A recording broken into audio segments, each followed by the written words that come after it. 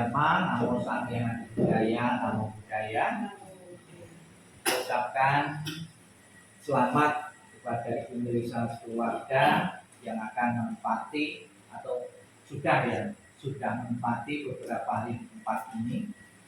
Sudah menjadi tradisi kebiasaan di kalangan umat Buddha maupun sebenarnya di kalangan umat beragama yang pernah saya lihat secara langsung maupun melihat di YouTube ya, ada acara pemberkatan rumah atau blessing rumah ya. Jadi masing-masing agama itu ada yang mempunyai ciri-ciri tertentu ya. Kalau di Buddha yang tradisi Theravada itu biasanya di saat biku membaca parita itu sambil membawa benang ya, seolah-olah doa tadi tersalurkan ya di tempat keluarga itu. Sebetulnya yang tersalurkan itu kalau mau cocok itu jangan benang, itu kabel.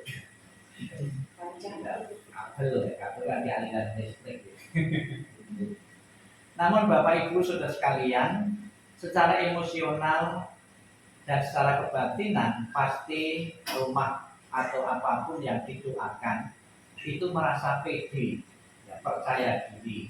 Karena diyakini juga di kalangan umat Buddha dan yang lain ada tempat-tempat tertentu itu menimbulkan ketidaknyamanan. Kita berpikir di tempat itu ada setannya, ada roh pengganggunya. Ya, dengan dibacakan doa-doa itu kita berharap tempat itu akan menjadi netral.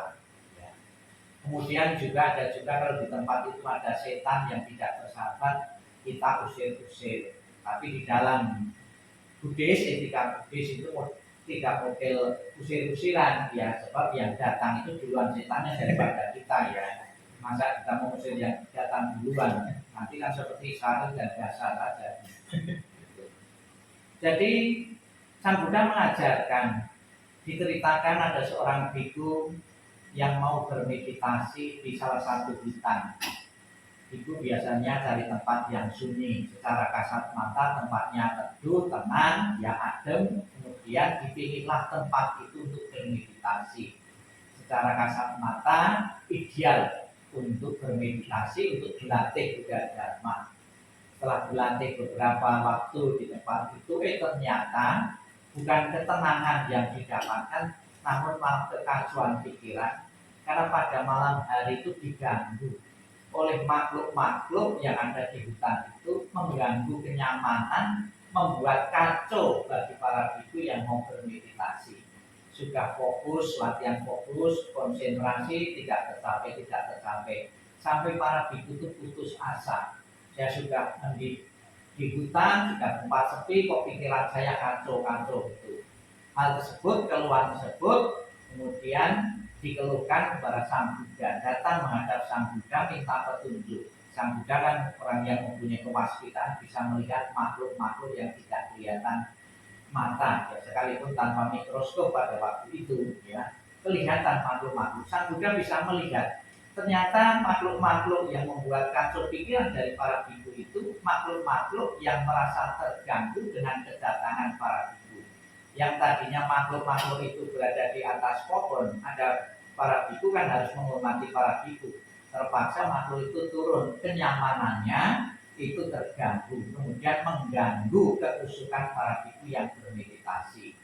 Kemudian Sang Buddha menyarankan kamu boleh kembali ke tempatmu meditasi dengan syarat ini, tak kasih berjalan, tak kasih nasihat. Sang Buddha membatalkan yang disebut Karaneyang Metta Sutta, pemancaran belas asih, cinta kasih secara universal. Maka di dalam terjemahan karena Metta Sutta itu luas sekali. Para makhluk di atas, di bawah, di kanan, di kiri, ya, baik yang lahir maupun belum lahir, semua dipancarkan cinta kasih itu sama besarnya. Ternyata para makhluk itu pun tahu diri juga setelah menerima pemancaran belas asih dan kasih sayang para biku yang bermeditasi itu, yang tadinya itu bermusuhan, tidak nyaman, membantu para biku yang bermeditasi, artinya para biku pun bisa konsentrasi dengan baik.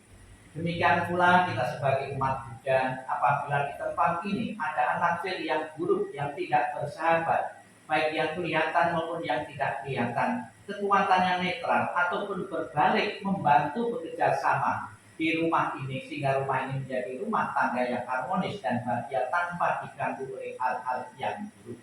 Itu yang pertama. Kemudian yang kedua, kita yakini bahwa rumah ini dibangun dan bangunan tersebut berasal dari beberapa sumber. Ada dari hutan, kayu, kemudian dari kali. Ya.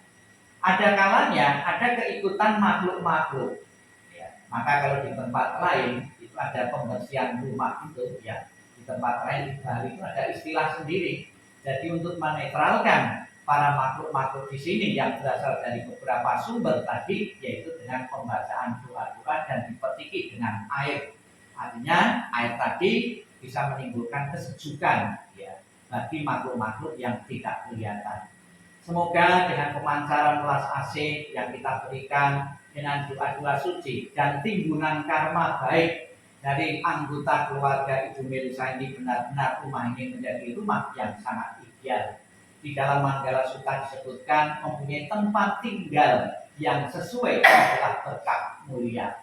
Yang sesuai seperti apa? Yang sesuai harus dikondisikan sesuai untuk perkembangan batin. Di tempat ini juga harus hendaknya rajin doa, rajin sembahyang, dan rajin meditasi. Dengan kita memancarkan cinta kasih dan welas asih, bukan saja di seluruh penghuni rumah ini, kanan kiri kita, tetangga-tetangga kita, yakinlah hidup ini di rumah ini akan menjadi rumah yang mendamaikan hati bagi segenap penghuninya. Sadu, sadu, sadu. Marilah kita berdiri, kita akhiri rangkaian doa pembersihan rumah ini dengan menghormat dan mengangkat kepala sebanyak 3 kali. Hormat pertama, hormat kedua, hormat ketiga. Namo Amitoho.